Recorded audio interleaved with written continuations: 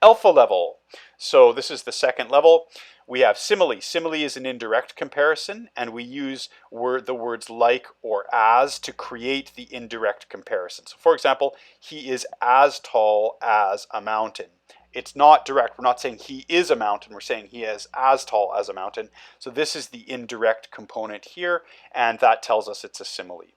Metaphor. This is a direct comparison between two things within a poem or story. She was a swan, graceful and beautiful in her movements. So we're talking about a female character here.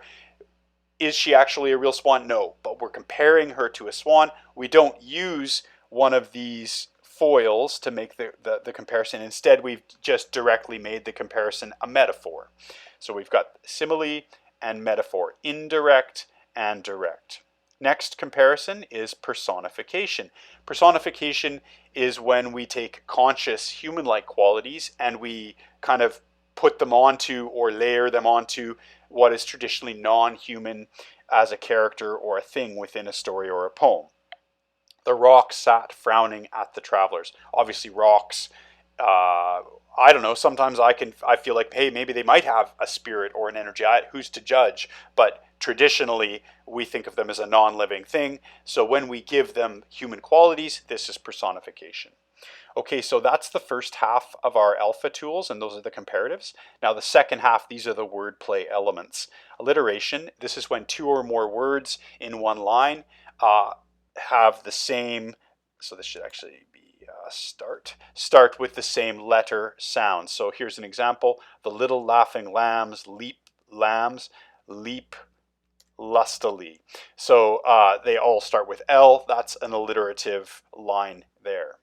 Assonance. So this is the same idea, except instead of having the same consonant sound at the beginning of a word, we have the same vowel sound within the word. So we've got when rhyming vowel sounds exist within a series of words in one line or couplet.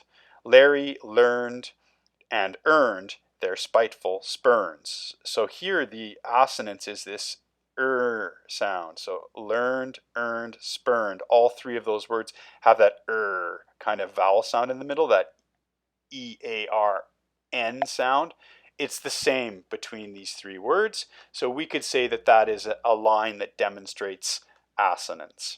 Okay, last of our kind of wordplay tools is anaphora. And anaphora, this is when the poet repeats the exact same word within one line of a poem.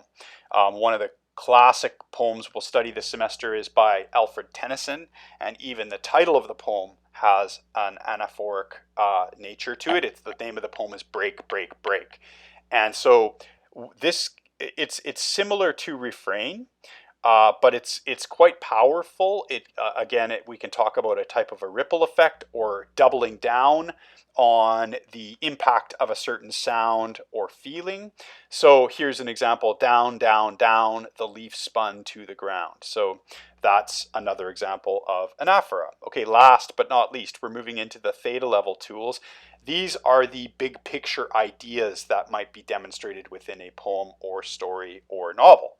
So we have themes here, and there are a number of common themes that are expressed in literature. So war, loss, beauty of nature, the divine power, good versus evil, humanities, this should be like this, possessive, humanities, mortality, striving for creativity, reaching potential or not, and the list goes on. We'll take time to brainstorm and develop more themes.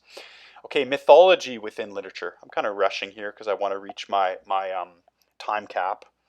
And actually, looking at my clock, I've kind of reached my time cap, so I'll start with these last two concepts in our second video.